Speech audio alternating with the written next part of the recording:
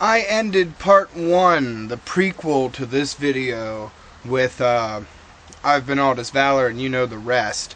But apparently you don't know the rest, because as far as this topic's concerned, I still have some unfinished business.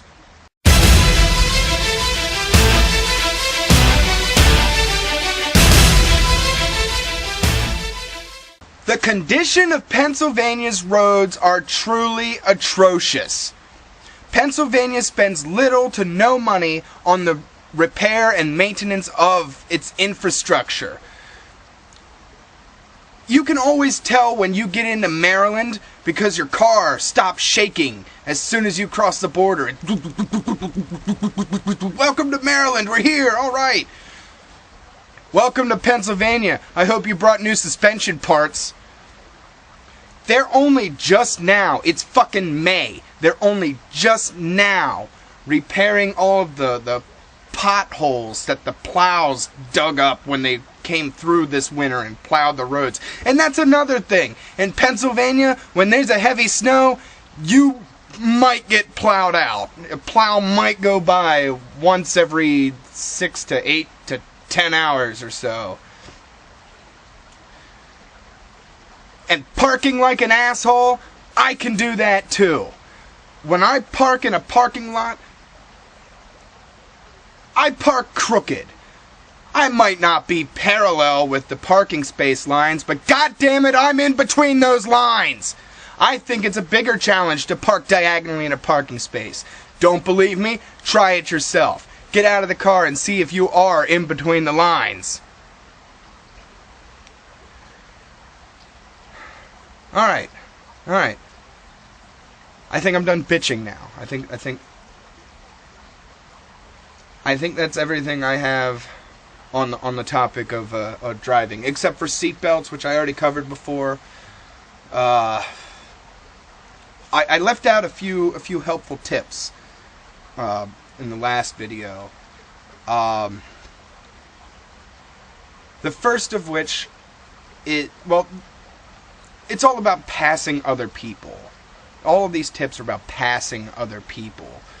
When you're on a highway and you see a shoulder that says emergency stopping only, it's only talking about stopping. It doesn't say anything about passing some slow motherfucker who won't go the speed limit. Exit only lanes are also good passing lanes. What they don't tell you is that exit only means exit only if you're not in a hurry. If you're in a hurry, go ahead and use it as a passing lane, it's fine. Other underutilized passing lanes include sidewalks, cornfields, and backyards. If you're creative, anything can become a passing lane.